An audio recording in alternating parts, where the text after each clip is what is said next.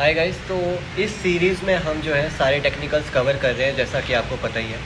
तो एक टॉपिक है, सबसे इम्पॉर्टेंट जो टॉपिक माना जाता है हमारा टेक्निकल्स की दुनिया में, वो है सपोर्ट एंड रेजिस्टेंस। देखिए, सपोर्ट एंड रेजिस्टेंस जो है एक ऐसा टॉपिक है जो 70% ऑफ हिस्सा कवर करता है इन द टेक्निकल टर्म्स। जितने भी टेक्निकल्स हैं वो इंटर रिलेट करते हैं किससे, सपोर्ट एंड रेजिस्टेंस से। और एक और बात मेरी याद रखिएगा, अगर आपको सपोर्ट एंड रेजिस्टेंस अच्छे तरीके से मार्क करना आ जाए तो आप जो है काफ़ी अच्छे ट्रेडर बन सकते हैं और अच्छे ट्रेड्स ले सकते हैं इन द फ्यूचर। ओके, देखिए ट्रेडिंग जो है, जैसे मैं अपने इंस्टाग्राम अकाउंट में बताता रहता हूँ, सिखाता रहता हूँ छोटी छोटी चीज़ें।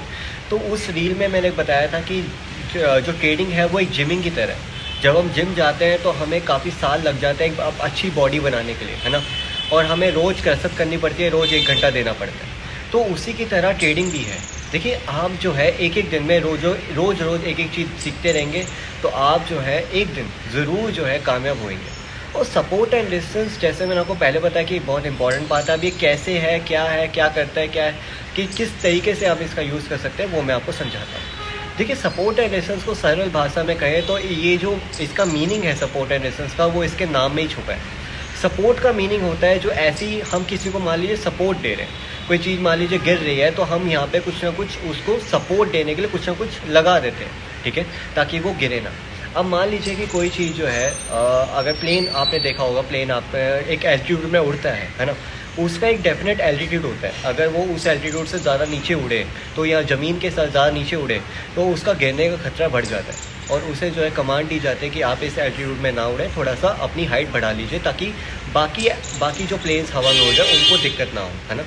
और उसी की तरह जैसे हमारा रेजिस्टेंस है, एक समय एक डेफिनेट हम जो कह सकते हैं एल्टीट्यूड में ही प्लेन जो है उड़ सकता है। अगर वो ज़्यादा ऊपर उड़ेगा या फिर वो ज़्यादा हाइट पे उड़ेगा तो भी वो जो है खतरे का कारण बन सकता है। इसके कारण हो सकता है कि कोई बड़ा हादसा हो जाए, ठीक है। तो ये आपको पता चलेगा कि जो एक मार्केट है या फिर जो कैंडल्स हैं वो एक जोन में मूव करती है। एक सपोर्ट जोन होता है, एक रेजिस्टेंस जोन होता है। सपोर्ट जोन एक ऐसा पॉइंट होता है, एक ऐसा प्राइस होता है जहाँ पे जो है बायर्स ज़्यादा एक्टिव होते हैं और लोगों को लग रहा होता है कि यहाँ पे जो है बाइंग के चांसेस ज़्यादा है, या फिर मतलब यहाँ से जो प्राइस है वो ऊपर जा सकता है। और रेजिस्टेंस का ये मतलब होता है कि मान लीजिए कि ऐसा एक प्राइस पॉइंट जहाँ पे इन्वेस्टर्स को लग रहा है या फिर ट्रेडर्स को लग रहा है कि प्राइस जो है यहाँ से नीचे जा सकता है, या फिर उनको लग रहा है कि अब जो है ये सही मौका है इस शेयर को बेचने का, अगर उन्होंने पहले से ख़रीद रखा हो, ठीक है। तो this is the whole definition of support and resistance. तो सपोर्ट एंड रेजिस्टेंस के बारे में जब हम पढ़ते हैं या फिर बनाते हैं उसको, तो लोग जो है उसे बहुत गलत तरीके से लेते हैं या फिर उसको गलत तरीके से ड्रॉ करते हैं। देखिए, जो सपोर्ट एंड रेजिस्टेंस है, they are not lines, they are the zones basically. Support, that's why हम कहते हैं कि they are support zone, they are resistance zone, है ना। लेकिन जब अब बात आती है मार्क करने की या फिर मार्केट में हम जो है जब उसे अप्लाई करते हैं तो हम लाइंस मार्क कर लेते हैं। और बहुत बार ऐसा होता है कि हमारी जो लाइंस होती हैं वो कोई एक कैंडल तोड़ देती है, उसके हमें लगता है कि ब्रेकआउट या ब्रेकडाउन आ गया, तो हम जो है वहाँ पे एंट्री बना लेते हैं, जो कि हमारी गलत साबित हो जाती है। बिकॉज अभी उससे आपकी बनाई हुई लाइन ब्रेक करिए, ना कि अब उसका जो एग्जैक्ट जो जोन है वो ब्रेक नहीं किया, ठीक है।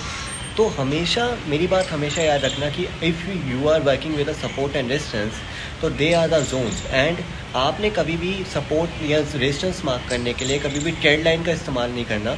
आपने हमेशा यूज़ करना है रोटेटेड रेक्टेंगल का। आप रेक्टेंगल या रोटेटेड रेक्टेंगल का इस्तेमाल कर सकते हैं सपोर्ट जोन या रेजिस्टेंस जोन को मार्क करने के लिए, ठीक है।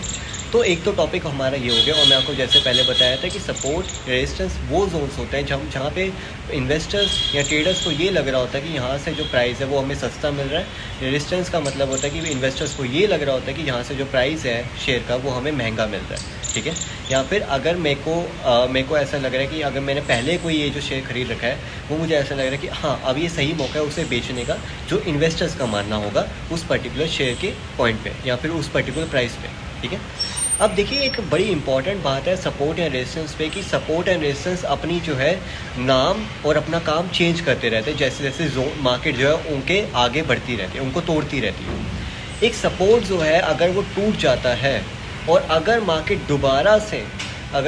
दोबारा से उसके पास दोबारा ऊपर आती है, मान लीजिए कि सपोर्ट है वो ऐसे ब्रेक हो गया, मार्केट ये सपोर्ट था ये ब्रेक हो गया, अगर मार्केट दोबारा से उस सपोर्ट लाइन पे आ रही है दोबारा, तो अब ये जो सपोर्ट जोन है वो किसकी तरह काम करेगा, वो काम करेगा हमारे रेजिस्टेंस की तरह काम करेगा। और उसी की तरह अगर मान लीजिए कि ये रेजिस्टेंस है और ये मार्केट ने ऐसे इसे ब्रेक कर दिया, तो अगर मार्केट दोबारा इस रेजिस्टेंस के करीब आती है तो जो हमारा सपोर्ट है, सॉरी रेजिस्टेंस है, वो किसकी तरह काम करेगा? वो काम करेगा हमारा सपोर्ट की तरह। तो अगर आपको ये बात समझ में आई एंड आपको इमेजेस भी आपके साथ सामने सामने आ रही होंगी, तो उसको देख के आप जो अंदाज़ा जो है लगा सकते हैं किस तरीके से सपोर्ट एंड रेजिस्टेंस मार्क करते हैं या फिर किस तरीके से उसका इस्तेमाल करते हैं। ठीक है, अगर आप अपने लर्निंग फेज में है कि आप जो अभी सीख रहे हैं टेक्निकल्स को या फिर सपोर्ट एंड रेजिस्टेंस को बनाना सीख रहे हैं, तो कई बार क्या होता है मुश्किलें आती हैं सपोर्ट एंड रेजिस्टेंस मार्क करने में, लेकिन मैं एक कहूँगा कि प्रैक्टिस मेक्स मैन परफेक्ट। तो यही मैं आपसे कहूँगा कि आप प्रैक्टिस करते रहिए, बनाते रहिए। जो भी आपको ऐसे पॉइंट्स बन रहे हैं यहाँ पे, जो अब एक तरीका मैं आपको समझाता हूँ कि आप कैसे सपोर्ट या रेजिस्टेंस को बना सकते हैं। इसका एक सीक्रेट हैक बताता हूँ। देखिए, आप जो है ट्रेंड को फॉलो करिए। अब जो है मान लीजिए एक डाउन ट्रेंड चल रहा था, आप मान लीजिए मार्केट में डाउन ट्रेंड चल रहा है, फिर उसके बाद अप ट्रेंड में कन्वर्ट हुई मार्केट। जिस पॉइंट पे मार्केट जो है अप ट्रेंड में कन्वर्ट हुई उसे मार्क कर लीजिए।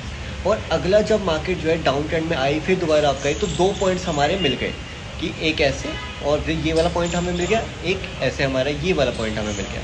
तो ये जो 2 पॉइंट्स हमें मिले हैं, तो वो हमारे लिए क्या हो जाएंगे? एक सपोर्ट जोन की तरह हो जाएंगे। They are the points where we can mark the line और रोटेटेड रेक्टेंगल टूल। एंड इससे क्या हमें पता चलेगा कि ये ऐसा पॉइंट है या फिर एक ऐसा प्राइस है जहाँ से मार्केट बार बार ऊपर जा रही है। सिमिलरली यही जो चीज़ है वो हमारे रेजिस्टेंस में लागू होगी, है ना। लेकिन अगर आप अभी परेशान हो रहे हैं कि सर मुझे मार्क करना नहीं आता सपोर्ट एंड रेजिस्टेंस, तो फिर भी मैं सपोर्ट एंड रेजिस्टेंस को कैसे अच्छे तरीके से इस्तेमाल कर सकता हूँ अगर मुझे मार्क करना नहीं आता, तो एक इंडिकेटर है जिसका नाम है पिवट स्टैंडर्ड पॉइंट। आप चाहे तो लिख सकते हैं इसे।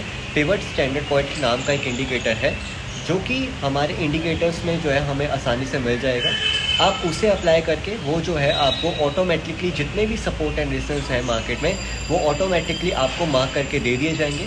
उसके कारण जो है आप जो है आगे वाले सपोर्ट एंड रेजिस्टेंस भी देख सकते हैं, और जो अभी जो सपोर्ट एंड रेजिस्टेंस में मार्केट चल रही है, जिस सपोर्ट एंड रेजिस्टेंस को मार्केट फॉलो कर रही है, उसका इस्तेमाल कर सकते हैं। ठीक है, अब एक और बात, support and resistance are not only one in the market. एक सपोर्ट या फिर सिर्फ एक रेजिस्टेंस नहीं होता। There are the lots of support and there are the lots of resistance in present in the market. Okay, R1, R2, R3, R4, R5, R6 and so on. Resistance 1, resistance 2, resistance 3, support 1, support 2, support 3, support 4 and so on. ये जो support and resistance की ये जो कहानी है, वो जो mail जो है, ये चलता रहेगा। जैसे जैसे मार्केट बढ़ती रहेगी आगे, मार्केट एक जोन को तोड़ेगी, एक सपोर्ट जोन को तोड़ेगी, फिर वो एक दूसरे जोन में चली जाएगी। उसी की तरह मार्केट एक रेजिस्टेंस को तोड़ेगी, दूसरे रेजिस्टेंस के पास चली जाएगी। तो अगर एक रेजिस्टेंस टूटता है, रेजिस्टेंस 1 टूटता है, तो मार्केट कौन से रेजिस्टेंस के पास जाएगी? रेजिस्टेंस 2 के पास जाएगी। तो ऐसे जो है ये मार्केट का सारा खेल चलता रहता है, और जितनी ज़्यादा आप इसके ऊपर प्रैक्टिस करते रहेंगे उतना ज़्यादा अच्छा होता रहेगा।